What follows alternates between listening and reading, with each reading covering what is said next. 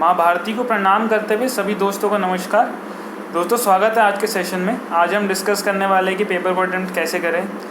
But उससे पहले दो चीज़ें फटाफट क्लैरिफाई कर दूं कि कुछ लोग लास्ट दो जो वीडियोज़ हैं उन पे कमेंट कर रहे हैं कि सर मेरा टीयर 1 में ये और ये स्कोर है, आप बता दीजिए सेफ स्कोर कितना होगा। तो भगवान के लिए ना तो मैं ये बता सकता हूँ कि सेफ स्कोर कितना होगा और ना मुझे इस बात की जानकारी है कि ये किस तरीके का स्कोर होता है। आज की डेट में दिल्ली में बंदा सेफ नहीं है, आप स्कोर सेफ होने की बात कर रहे हैं, पहली चीज़।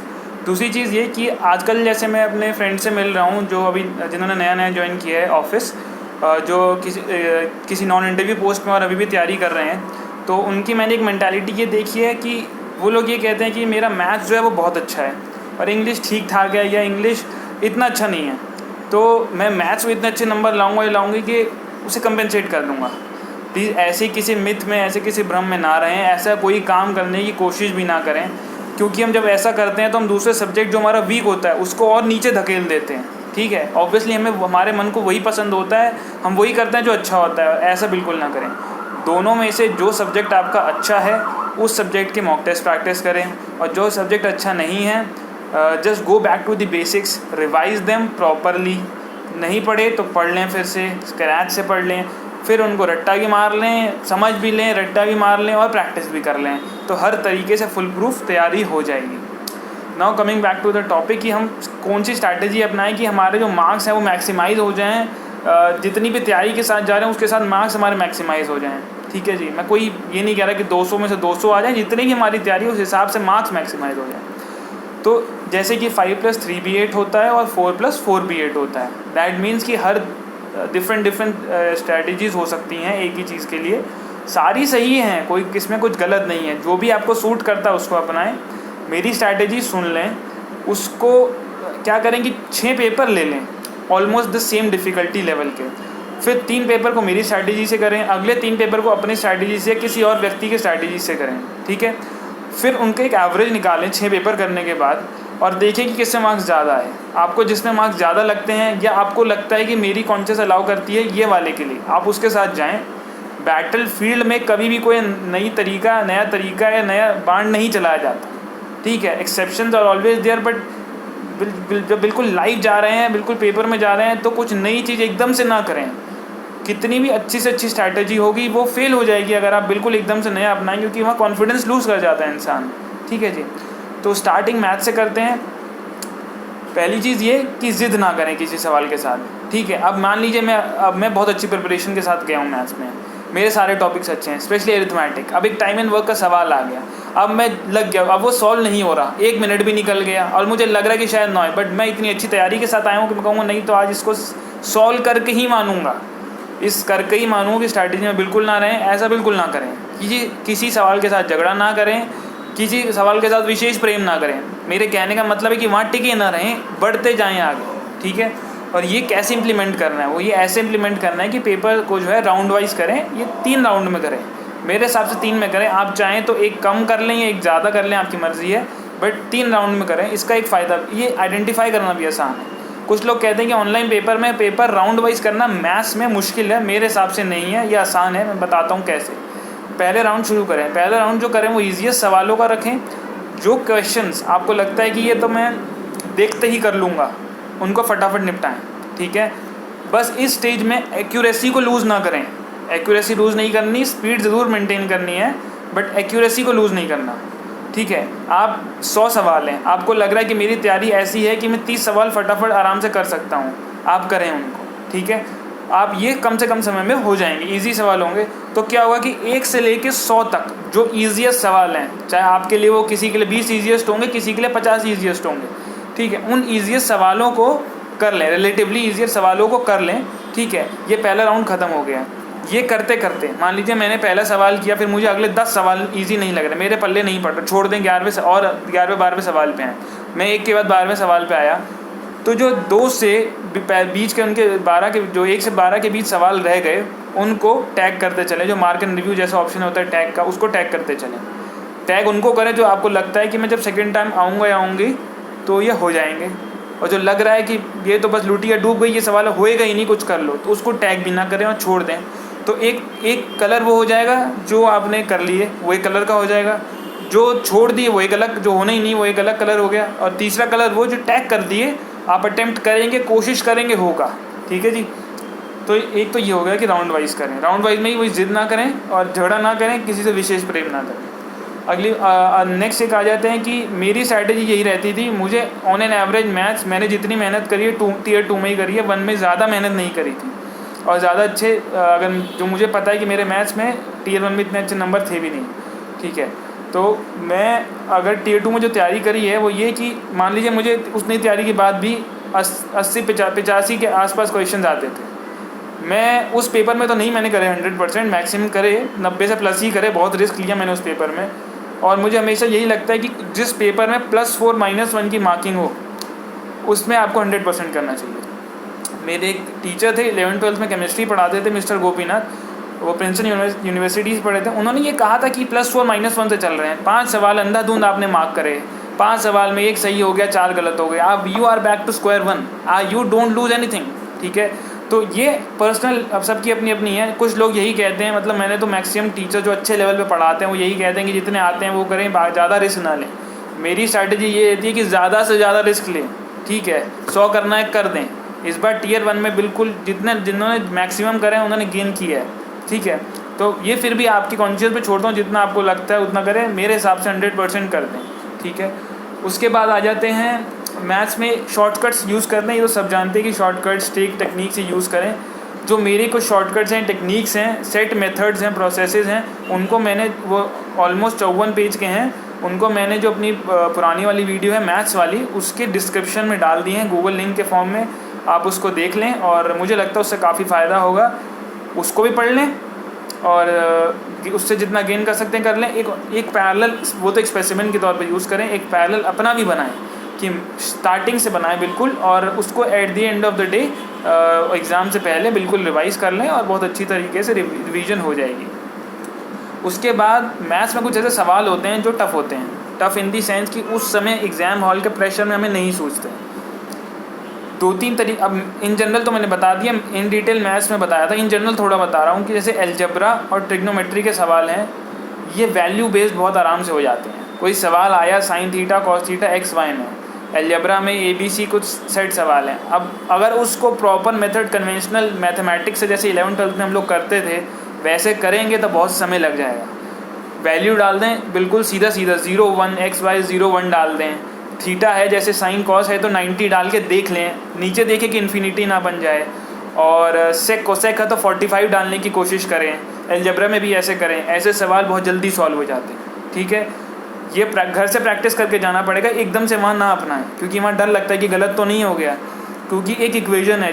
ठीक है, आप एक इक्वेशन को अगर सही है, हो सकता है कि 10 पॉइंट पे सही हो, 1 पे गलत हो, तो इक्वेशन गलत हो जाती है। ठीक है, बट कुछ जगह पे क्या रिस्क लेना पड़ता, थोड़ा सेटिस्फाई कर रहा है तो आप चल सकते हैं। हाँ, ऐसा ना करें कि जैसे ट्रिग्नोमेट्री में 2 ऑप्शन दिए हुए हैं tan थीटा cot थीटा, और 2 और दिए हुए 0 या -1, या मतलब 2 नंबर हैं और 2 फंक्शन हैं, इसमें वैल्यू ना डालें। वैल्यू डालने के रिस्क ना लें, क्योंकि हो सकता है वो आंसर 10 से भी 1 आ रहा हो और वो 1 गिवन भी हो, तो उसमें हमारा सवाल गलत हो सकता है।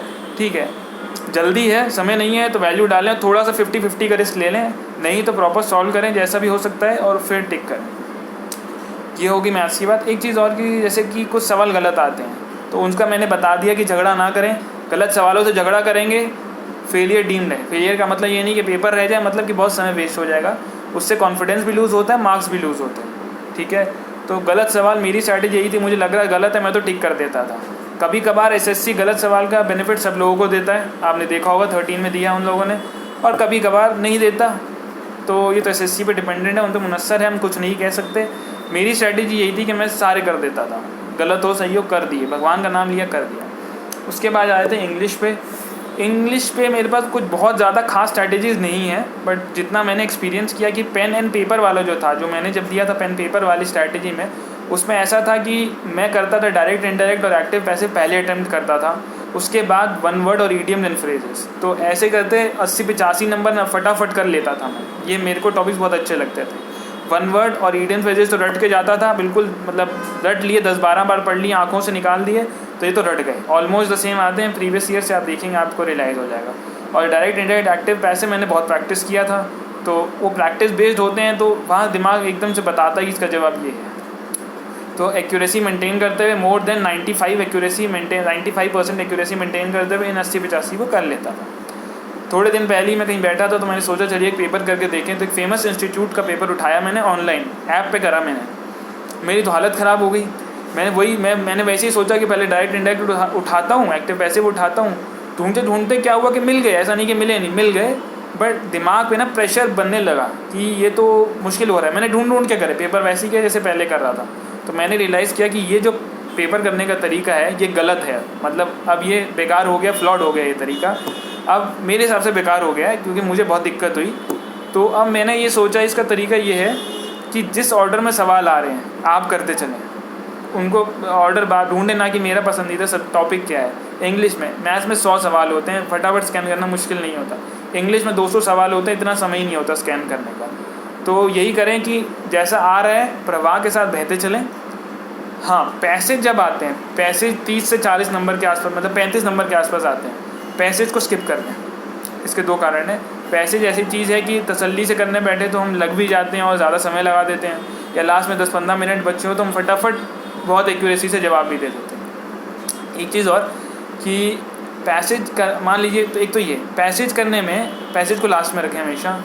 मान लीजिए 10 मिनट बचे हैं और पैसेज 40 नंबर का पैसेज बचा हमारा। अब लग रहा है कि बस करो या मरो का है, अगर 40 छोड़ दिए तब भी गए, कर दिए अब इतना समय नहीं सारा कर दें। उसके लिए एक छोटी सी टेक्निक है, पहले इसको घर पे अपना के देखें। वही वाली बात है कि कोई भी बाण सारे घर में टेस्ट करके जाएं कि कौन सा बाण चलाऊँगा, कैसी आवाज़ आएगी, कैसे जाएगा ये, ठीक है। उस हिसाब से आप वहाँ बैटल फील्ड में इसको यूज़ करें।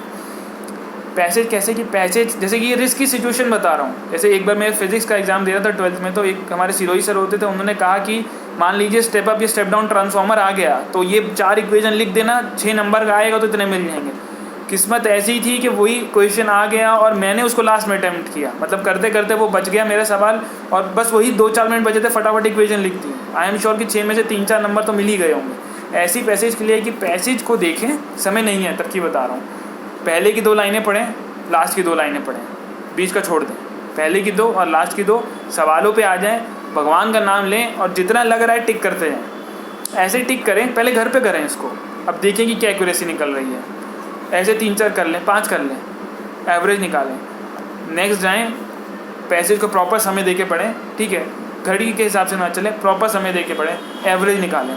आप मानिए देखेंगे कि बहुत ज़्यादा डिफरेंस नहीं निकलेगा। ऑब्वियसली जो 2-2 लाइन पढ़ के किया है उसमें कुछ तो गलत होंगे ही, बट वो ये कि सारे करें आप, और इसको करके देखें। अगर ये एक्सपेरिमेंट सक्सेसफुल रहता है आपका, तो मुझे लगता है कि रहेगा, तो आप इसको एग्ज़ाम में इम्प्लीमेंट करें। अगर समय बच जाता है, मतलब समय बहुत कम बचता है, तो इसको ज़रूर इम्प्लीमेंट करें, ठीक है जी।